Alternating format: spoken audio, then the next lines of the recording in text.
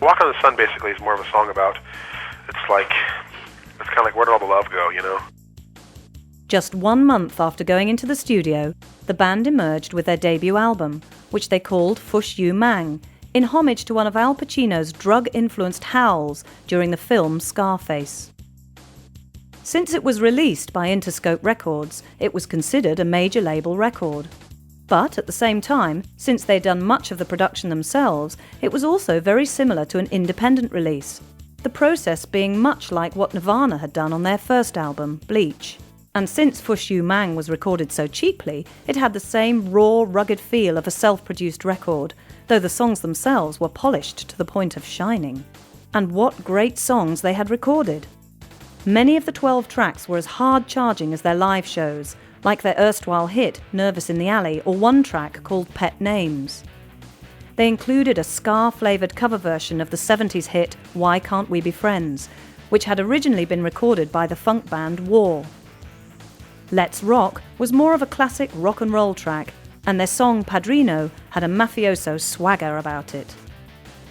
But the number that was going to be the band's biggest single was the retro vibe of Walking on the Sun, a song so melodic and tasty that it would have made the Beach Boys jealous. It took its chorus lyrics from several outdated American advertising campaigns, with lines like, "So don't delay, act now, supplies are running out." Despite its rather meaningless lyrics, Harwell was able to imbue the song with such a visceral sense of cool that it was destined to be a smash. However, the track almost never made it onto the album. Camp had written Walking on the Sun while playing in the Lackadaddies, but at the time none of that band liked it at all. So Camp just tossed the tape into a box filled with other songs that no one else liked. A box he was ostensibly saving for posterity's sake. Then, 6 months before Smash Mouth went into the studio to record, Coleman had asked Camp if there were any old tapes of stuff he'd written that Coleman could borrow to play the drums along to. Hoping to familiarise himself with Camp's songwriting style as well as practice his own skills. Upon listening to the now forgotten Walking on the Sun, Coleman became entranced, playing the track almost 40 times in a row. He then charged into the band's rehearsal space and declared that they had their first hit. Harwell and Valentine also did their share of the work on the track. Harwell changed the song's originally choppy cadence, and he also added a bit more melody to the verses and choruses, while Valentine added a funky Farfisa organ break in the bridge, and he wrote a syncopated organ riff that tooted along during the choruses. One reason the song was so well received was because it was a cross-section of so many different styles. Smash Mouth had made a conscious effort to make their music difficult to fit into any particular genre.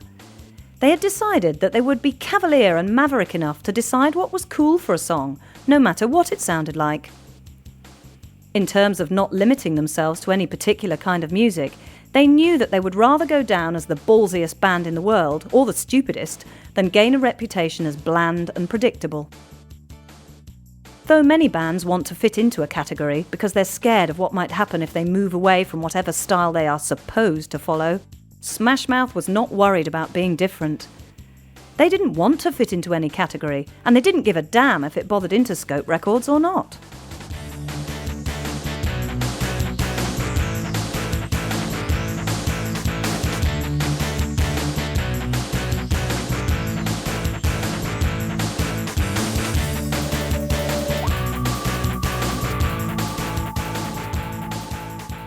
Our bass player's actually wife now, walked in there the other day, and she's like, "This is where you record?" Fush You Mang was released in the spring of 1997, and almost immediately Walking on the Sun was added to pop and alternative radio station playlists all over the world. Its success was complemented by a similarly retro video, which featured the band clowning around in various beachside locations, all lit in a half-tone style known as Scorpitone. Thanks to their breakthrough hit, Walking on the Sun, Smash Mouth's debut album, Fush You Mang, hovered in the Billboard album charts top 20, selling well over 2 million copies and establishing Smash Mouth as one of the most popular new bands of the year. Smash Mouth supported the album with extensive touring, opening for more established bands like Sugar Ray, Third Eye Blind and Blur. Bands with fans that were smart enough to appreciate the allure of Smash Mouth's sophisticated sound. It was while the group was on the road, opening for Sugar Ray, that they began reinventing their sound, taking the punk edge off, so to speak. After the shows were finished, the members of Smash Mouth would hang out in front of the clubs where they had just played, Camp and Harwell bringing along acoustic guitars. Kids who just attended the shows would come out and they'd be able to request various songs they wanted to hear. Many were die-hard Smash Mouth fans who would request tracks from Fush You Mang. Playing the songs acoustically, they became totally new versions of the electrified romps off of Fush You Mang. The band toured throughout the summer of 1997, while Interscope followed up Walking on the Sun by releasing Why Can't We Be Friends as the next single.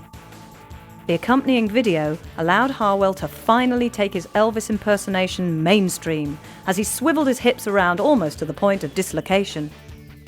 Unfortunately, Why Can't We Be Friends never really took off, though it was just as high energy and hyperactive as Walking on the Sun. Still looking to establish themselves as more than a one-hit wonder, the band returned to the studio with Valentine and cut another cover tune.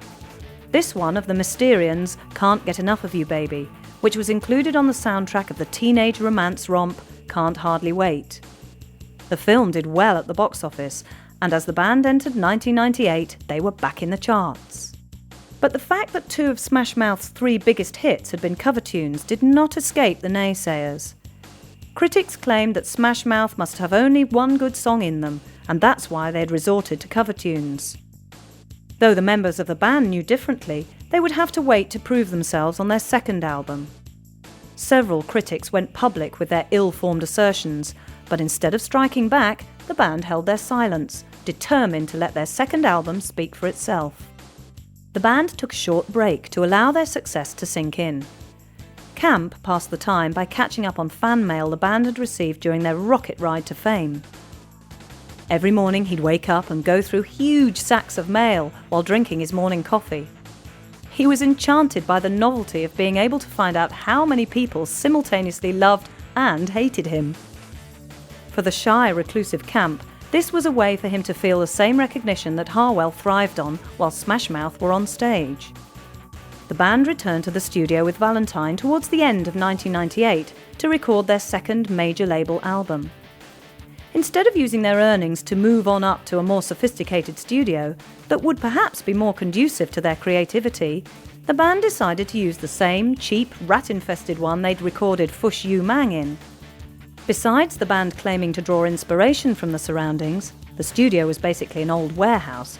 The high ceilings and open spaces created an atmospheric natural reverb on the recording.